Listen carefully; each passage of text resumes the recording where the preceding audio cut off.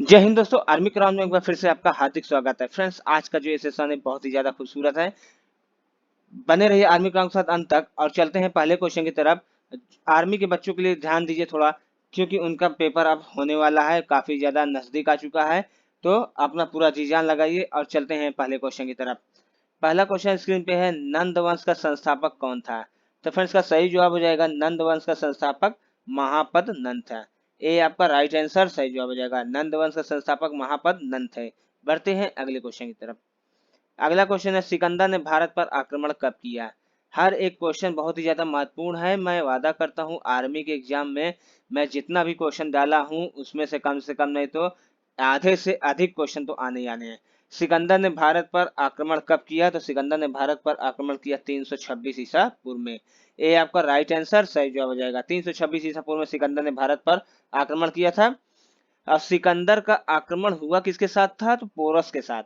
इसका युद्ध पोरस के साथ लड़ा गया था 326 ईसा पूर्व में। सिकंदर के पिता के नाम बात करें तो इस सिकंदर के पिता का नाम था फिलिप। सिकंदर के पिता का नाम फिलिप था, माता का नाम ओलंपिया था। इनकी माता का नाम ओलंपिया था। सिकंदर ने भारत पर 326 ईसा पूर्व में आक्रमण किया, ये आपका राइट आंसर है। बढ़ते हैं नेक्स्ट क्वेश्चन की तरफ। नेक्स्ट क्वेश्चन है, जैन धर्म का आधारभूत बिंदु है? तो फ्रेंड्स, का सही जवाब हो जाएगा जैन धर्म का आधारभूत बिंदु है अहिंसा। सी आपका राइट आंसर सही जवाब हो जाएगा, जैन धर्म का आधारभूत बिंदु अहिंसा है। जैन धर्म का संस्थापक ऋषभ देव थे। जैन धर्म के संस्थापक ऋषभ देव थे। यह पहले तीर्थकर थे जैन धर्म के। जैन धर्म के पहले तीर्थकर ऋषभ देव थे। जैन धर्म का आधारभूत बिंदु अहिंसा, सी आपका राइट आंसर है। बढ़ते हैं अगले क्वेश्चन की तरफ। अगला क्वेश्चन है, महावीर ने जैन संघ की स्थापना कहाँ की? तो फ्रेंड्स, का सही जवाब हो जाएगा महावीर ने जैन संघ की स्थापना की पावापुरी में। बी आपका राइट आंसर सही जवाब हो जाएगा, महावीर ने जैन संघ की स्थापना पावापुरी में की थी। बी आपका राइट आंसर है। बढ़ते हैं अगले क्वेश्चन की तरफ।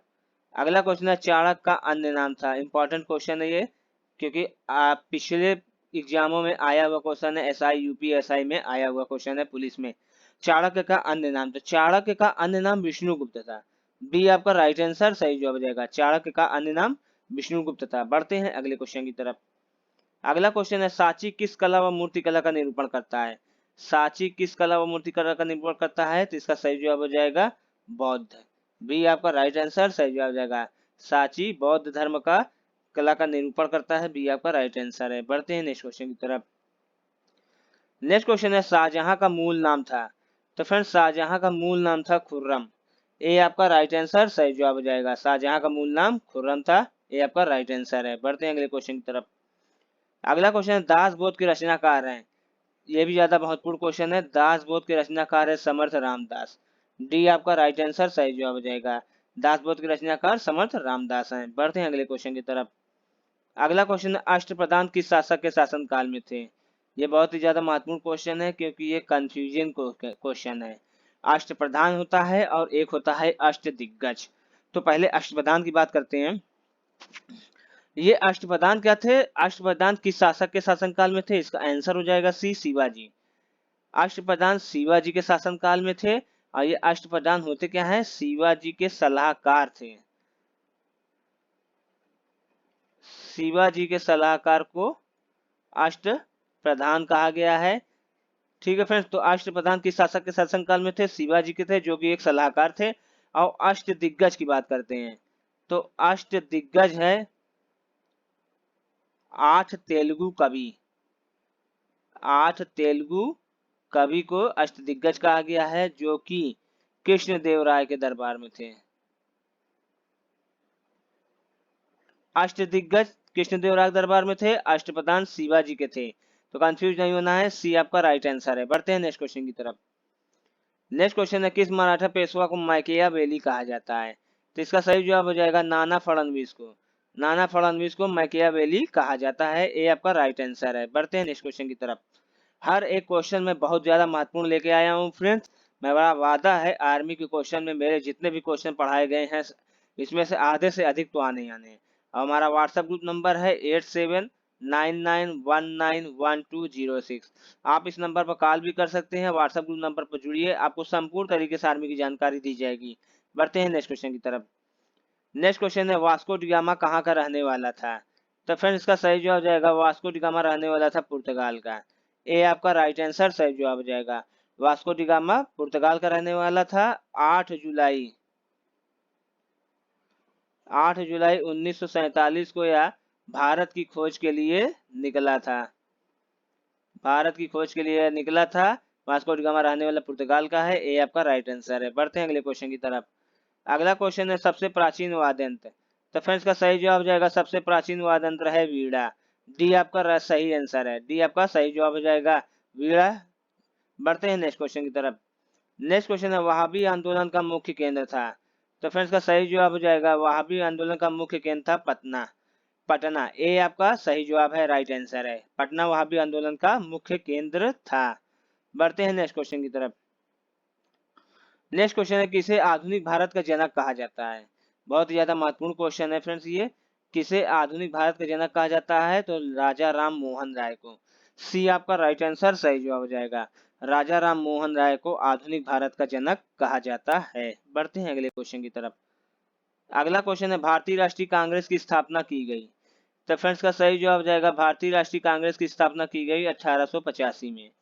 1885 में भारतीय राष्ट्रीय कांग्रेस की स्थापना की गई। कब की गई? तो की गई थी 28 दिसंबर 1885 को भारतीय राष्ट्रीय कांग्रेस की स्थापना मुंबई में की गई थी। भारतीय राष्ट्रीय कांग्रेस की स्थापना मुंबई में की गई थी। इसके अध्यक्ष कौन थे? तो इसके अध्यक्ष थे व्योमेश चंद्र बनर्जी। भारतीय राष्ट्रीय कांग्रेस की स्थापना 1885 में हुई थी। अध्यक्ष की बात करें तो अध्यक्ष थे इसके व्योमेश चंद्र बनर्जी। ठीक है फ्रेंड्स, तो सी आपका राइट आंसर सही जवाब है। बढ़ते हैं अगले क्वेश्चन की तरफ। अगला क्वेश्चन है गदर पार्टी के प्रमुख नेता। ये बहुत ही ज्यादा इंपॉर्टेंट क्वेश्चन है। तो गदर पार्टी के प्रमुख नेता थे हरदयाल। बी आपका राइट आंसर सही जवाब हो जाएगा। गदर पार्टी के नेता हरदयाल थे। बी आपका राइट आंसर है। बढ़ते हैं अगले क्वेश्चन की तरफ। अगला क्वेश्चन है बंगाल का विभाजन कब हुआ? इंपॉर्टेंट क्वेश्चन है ये। बंगाल का विभाजन कब हुआ? तो बंगाल का विभाजन कब हुआ है? इसमें से कोई नहीं होगा, इनमें से कोई नहीं। डी आपका राइट आंसर है। बंगाल का विभाजन हुआ 16 अक्टूबर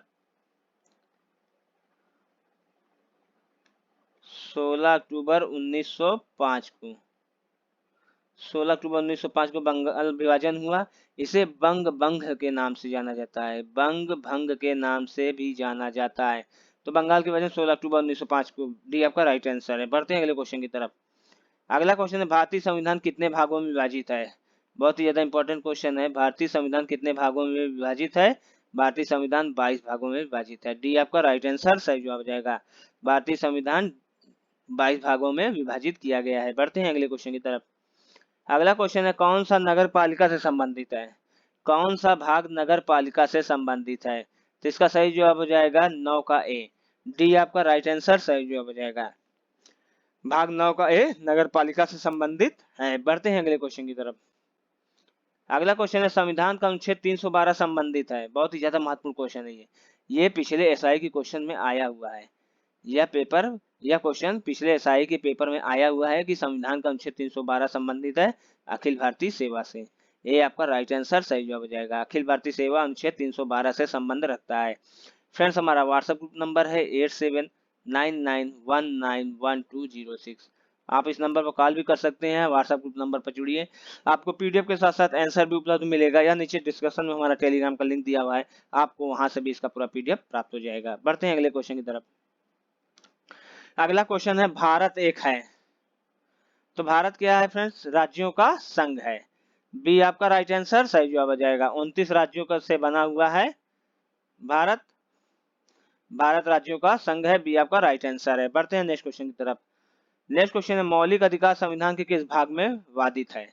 तो मौलिक अधिकार संविधान के भाग 3 में वादित है।